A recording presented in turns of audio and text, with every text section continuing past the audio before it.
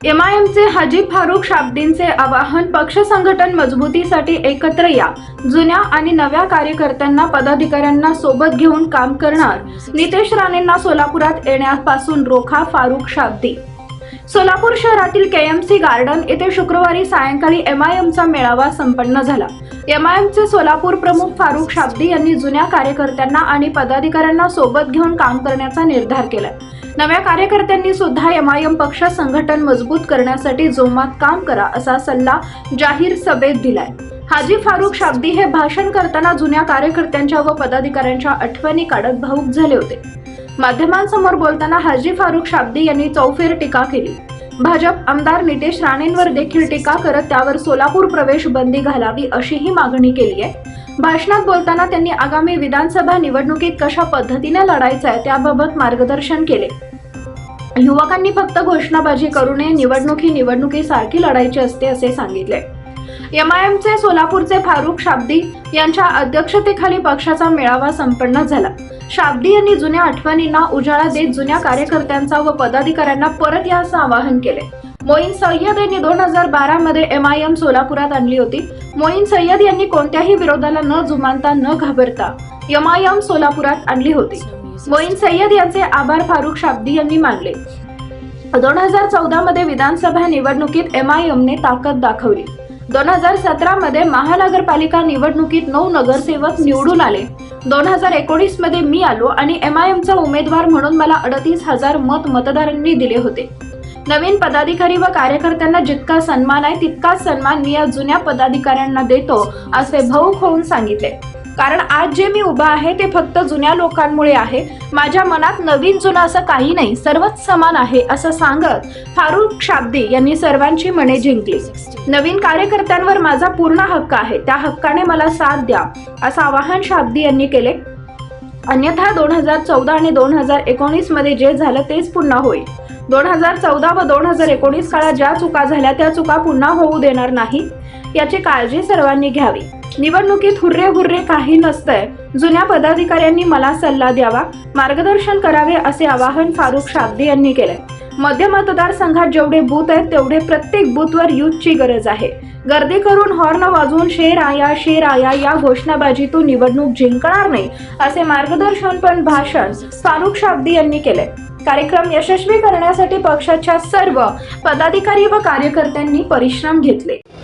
आज जो कार्यक्रम था गेट टुगेदर का ही था, तो भावनापुर बोले तो वो अंदर से निकल गया वैसा, क्योंकि मैं ही नहीं चाहता कि जो लोग मजलिस से जुड़े हैं और जिनकी वजह से एमआईएम पार्टी सोलापुर में अपने पैर फैलाई है वो लोग एमआईएम से दूर जाए किसी भी वजह से, चाहे वो नेता को नहीं पसंद करके हो या लैक ऑफ कम्युनिकेशन हो, तो वो दूर करने के लिए मैंने पुराने लोगों को आह्वान किया कि वापस से आकर एमआईएम के साथ जुड़े और एमआईएम को और ताकत दे, इसके लिए मैं उन लोगों को बोला।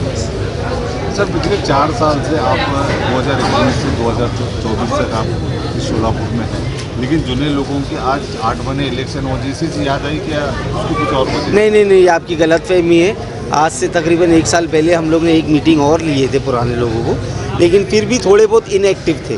उस मीटिंग में सारे लोग एक्टिव नहीं हुए थे। तो अब 8 महीने हैं। अच्छा क्वेश्चन है आपका, 8 महीने तो इलेक्शन अगर है तो इलेक्शन की तैयारी करना पड़ेगा। अगर हम एग्जामिनेशन देने जा रहे हैं तो हमको पढ़ाई चालू करना पड़ेगा, तो ये आप बोल सकते हैं कि इलेक्शन की तैयारी है। सर, आपने अभी और एक जनता से कहा है कि देखो शेर आया, ये ऐसे घोषणाबाजी से वगैरह इलेक्शन नहीं जीत पाएंगे, इसके लिए हर चीज़ से मजबूत होना चाहिए। क्या एक्चुअली क्या कहना चाहते हैं आप, कौन से स्थिति से मजबूत होना चाहिए? नहीं, देखिए, इलेक्शन जीतने के लिए सबसे पहली चीज़ है संगठन। तो संगठन स्ट्रॉन्ग करना पड़ेगा। और जैसे कि नेशनल पार्टीज़ में नाम नहीं बोलना चाहता, जो काम करती है बूथ लेवल्स पे, मतदार यादी पे अपने पन्ना प्रमुख बनाकर जैसे भी, तो उसी पैटर्न को अगर हम लोग भी अमल में लाते हैं और उसके ऊपर काम करते हैं तो मैं समझता हूँ मैन टू मैन मार्किंग करके हम लोग भी इलेक्शन जीत सकते हैं। सर, महाविकास आघाड़ी के अंदर, इंडिया आघाड़ी के अंदर वंचित पार्टी को समावेश करने की वंचित पार्टी समावेशन है बीजेपी के साथ, लेकिन एमआईएम इतनी रिक्वेस्ट करने के लिए तो इंडिया आघाड़ी के अंदर क्यों शामिल नहीं करेगी? अब इंडिया आघाड़ी वालों को मालूम होगा कि हमसे क्या एलर्जी है। या बहुत आपने तो मेरे मतलब दिल की बात बोल दी है कि लोगों में ये सवाल रहता है बहुत कि आप लोग इंडिया में जुड़ जाओ, आप लोग इंडिया में जुड़ जाओ। तो आपने ये बता दिए पत्रकार होने के नाते कि एमआईएम वाले चाह रहे हैं इंडिया में जुड़ने के लिए, लेकिन ये इंडिया वाले हमको नहीं ले रहे। तो जो लोगों का सवाल था उसका जवाब आपने ही दे दिए कि एमआईएम चाहती है बीजेपी को रोकना और इंडिया आघाड़ी का हिस्सा बनना, जिसका ऐलान हमारे खासदार इम्तियाज़ जलील साहब ने भी कर दिए हैं। लेकिन इंडिया आघाड़ी वाले तो हमको एक्सेप्ट किए हैं, इंडिया आघाड़ी वाले हमको आघाड़ी में नहीं ले रहे। वो रीज़न उनको ही पता हो। सर, नीतीश कुमार अचानक आज बीजेपी में उनका मुख्यमंत्री बदलने जा रहे हैं, तो इंडिया को छोड़कर फिर से वो एनडीए में जा रहे हैं, तो उसके ऊपर आपकी क्या राय है? देखिए, मैं बहुत छोटा हूँ उनके ऊपर कुछ बोलने के लिए, लेकिन उनका नाम पलटू राम है बोलते हैं, जो पॉलिटिक्स में बोला जाता है उनको। तो अगर वैसे आदमी के भरोसे आप भाजपा से लड़ने के लिए अगर आघाड़ी बनाएंगे, तो मैं समझता हूँ बनने से पहले ही वो आघाड़ी बहुत वीक है, वो नहीं चलने पाएगी। सर, तेलंगाना के मुख्यमंत्री और अकबरुद्दीन अवैसी इंग्लैंड में एक मीटिंग करे, उसकी वजह क्या कुछ समझ में? नहीं, ये लोग दावोस गए थे साथ में। अकबरुद्दीन ओवैसी साहब लंदन में थे और तेलंगाना के मुख्यमंत्री दावोस गए थे, शायद वापसी में वहाँ आए होंगे। तो ये कुछ ऐसी ज़रूरी नहीं है तो राजकीय नेता मिले तो कोई ना कोई वजह हो सकती है। लंदन है, घूमने की जगह है, दोनों मिलके घूम रहे होंगे। सोलापुर में फ्यूचर में असद ओवैसी या तो अकबर ओवैसी इनकी सभा होने वाली है नहीं? 100% होगी, और एक नहीं होगी, बहुत सारी होगी। Wait and watch. Sir, Lok Sabha का कोई उम्मीदवार एमआईएम का होगा? अभी फ़िलहाल तो नहीं है। हमारे अनवर सादात साहब आए हुए हैं, वो इसी बात पर हम लोग ने चर्चा की है कि क्या हालात है, कैसा है, क्या है देखना। और ये सोलापुर की सीट रिजर्व्ड है, तो रिजर्व्ड उम्मीदवार ढूंढना पड़ेगा। तो अभी हम लोग की तहकीकात चालू है, लेकिन अब तक कुछ तय नहीं। सर, शहर मध्य की खाली ये तैयारी है या दक्षिण उत्तर के इलेक्शन के लोग विधानसभा की तैयारी है? मेरे हाथ में सोलापुर जिला है। सोलापुर डिस्ट्रिक्ट में मेरे ख्याल से 11 मतदार संघ आते हैं मेरे ख्याल से। जहाँ फेवरेबल दिखेगा एमआईएम अपने उम्मीदवार वहाँ पर उतारेगा।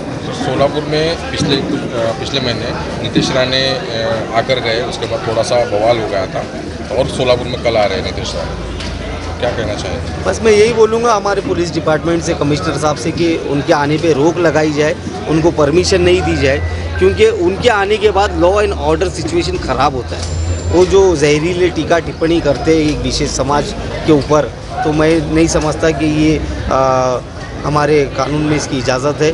तो मैं बोलता हूँ कि हमारे सीपी साहब इसको रोकना चाहिए, और जो जुल्म हो रहा है बच्चों पर उसका उन्हें इंसाफ मिलना चाहिए।